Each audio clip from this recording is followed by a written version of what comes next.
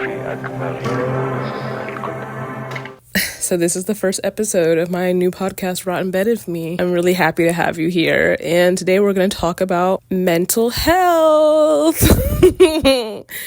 So original, such an original topic, I know. One thing that's going to be problematic already about me having this podcast is that I say and like a whole lot. So please bear with me if I don't end up editing it out. I am so sorry. I'm going to try to, instead of saying I'm going to try to just be quiet, but just know that I'm struggling. Today, I went to a follow-up psychiatry appointment, and that's what made me want to talk about mental health, I guess, because I'm in the process of getting diagnosed for OCD. My therapist has been sending me through this test called like the Y test or the Y map. I can't really remember the name, but it's this really long drawn out test where she asked me questions and I had to give her examples if they apply to me. And I think it's going to bring a lot of clarity into my life if I find out I do in fact have OCD, because it'll explain like a lot of the things that I do and like give me more grace for myself to realize like I have a legitimate problem. That's the only thing with podcasts. Like you could talk so much about your own personal life or personal opinion on things. Anyways, what was I saying? Oh, wow. Talking to the camera alone makes me sleepy. Like I want to fall asleep now. I don't think this whole podcast idea is going to work out. But yeah, OCD is obsessive compulsive disorder. It's a type of anxiety disorder, at least as classified in the DSM-5. I've suspected myself having it before because I've had obsessive tendencies that I noticed myself, but I never had a previous therapist or psychiatrist actually diagnose me with it. So I think my current therapist is very keen and very knowledgeable for kind of catching this. Having anxiety disorders is really hard way to live because you don't get to relax. Like you don't get to live life just living life. You're always living a double life, like Hannah Montana, but without the wig. That wasn't funny. I'm sorry. But yeah, you're living a double life where you're living the normal life plane, but then you're living the overthinky double life dissociated plane. And like now that I'm on meds, it's really not that bad. Like I take 2 types of medication for my mental health, and they really do help me. So it's not like I'm suffering anymore, which is really nice. One thing I think is a tell-all with this OCD potential diagnosis is that typically people, if they're taking fluoxetine, so one of the medicines I take is fluoxetine, and typically when people are taking that medicine, they take between 40 and 60 milligrams. Well, I'm on 80. Apparently 80 typically is used for people who have OCD. So I'm just like, okay, we already put me on 80 milligrams, even though we weren't sure if I had OCD.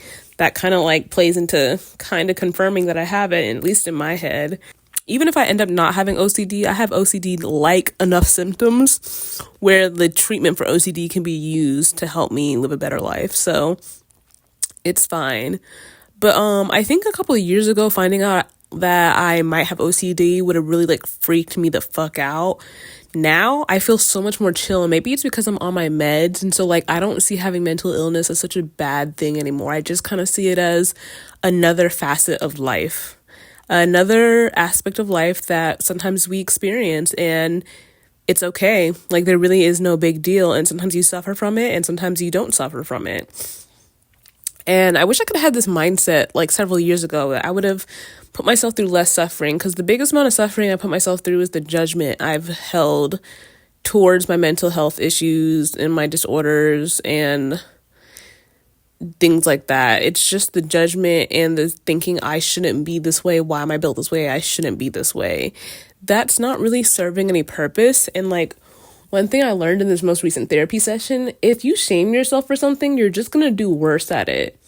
Like the shame is not going to make you do better. It'll make you do worse. If you give yourself credit where credit is due, you will actually do better. So like if you're having an obsessive thought or you're having a compulsion, always shaming yourself for giving into it is not going to make you, is going to make it harder for you to not, what am I saying?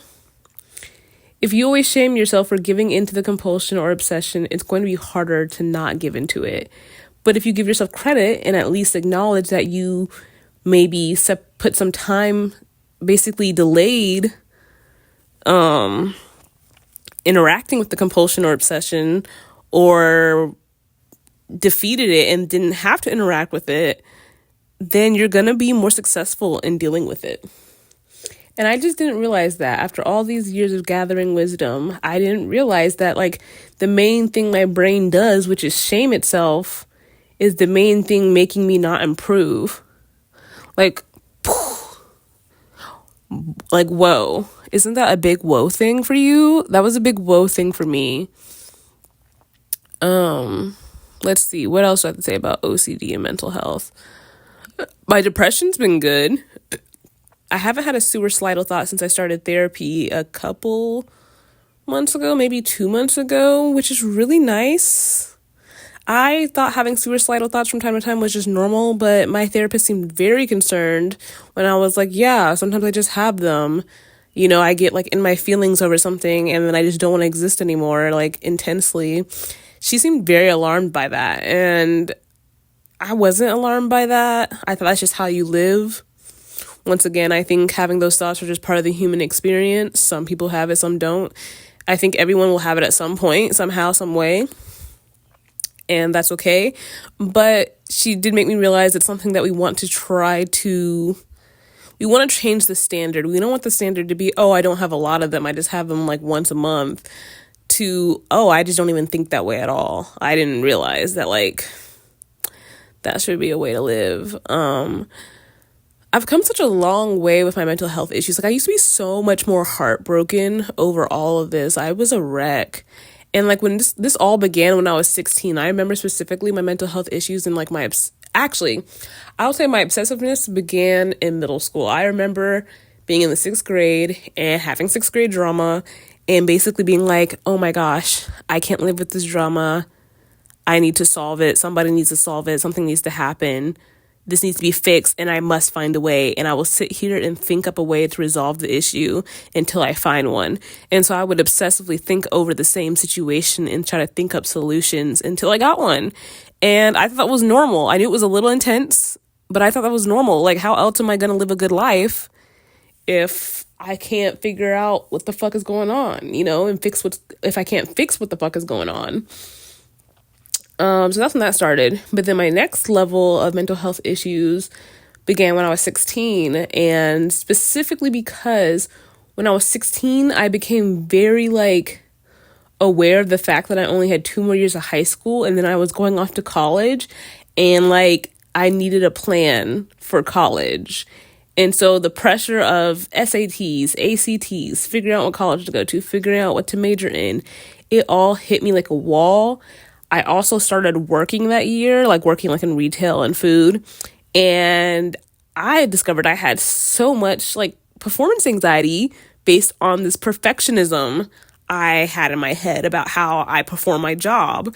So combining those two, my mental health was that was the beginning of the end. You know, it was like right before 16, I was up at the top of the mountain and then it just curved down after that. And for the longest time, I guess for the past couple of years, I've been bitter and sad and mourned the decline of my mental health over those years. But now that I'm 25, medicated, everything feels even kill, I feel okay with what happened to me. You know, do you feel like, okay, question me this, answer me this. Do you feel like just experiencing your mental health issues can cause you trauma or can traumatize you?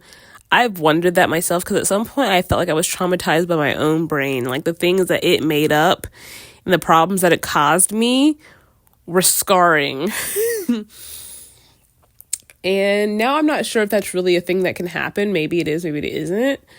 But I respected myself during that time. And now I just don't feel so strongly about that stuff anymore. I feel like that was just an era of life I had to go through, and my normal and real life is back again. And it's nice to be back. Having the anxiety disorders, having depression, it really can take you, if it gets extreme, it takes you away from your life that you're living. But I'll say this, it doesn't last forever. It really doesn't. And I knew that when I was going through it. That's why even though I had suicidal thoughts, I kept telling myself just push through and do not do anything, because it's just a matter of time. I just need a little bit more time for my mental health to lay up on me, for my mental health to lighten up. And then eventually there will be light at the end of the tunnel. But when you're at the beginning of the tunnel, you don't see the light. You just have to believe that one exists. And I believed that one existed because, one, I wanted to live. And two, well, I just, from hearing other people's stories, you just know that there's going to be a light at the end of the tunnel. Like, it's okay. What else do I have to say about OCD? Oh, yeah. One thing is, I know OCD sometimes has a lot of overlap with autism. And I really enjoy watching autistic creators on YouTube online.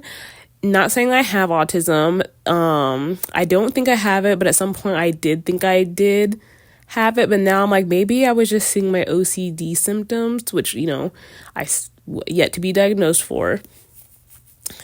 But maybe I was just seeing my OCD symptoms in the autism.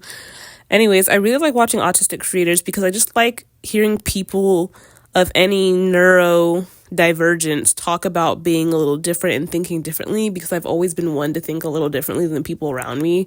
I was always mature for my age. I was always wondering and questioning things that other people weren't wondering and questioning at a young age. And before, I used to feel very lonely being like this and being confused by everyone around me. But now it feels, I'm just more into myself, and so it doesn't feel not good anymore. What am I saying? My English sometimes, I say things in the most convoluted, double negative way I could have said it. And that kind of pisses me off. I think this is all I have to say for now. Thanks for tuning into this little podcast episode. We'll keep this going, and I'll talk to you next time. Bye.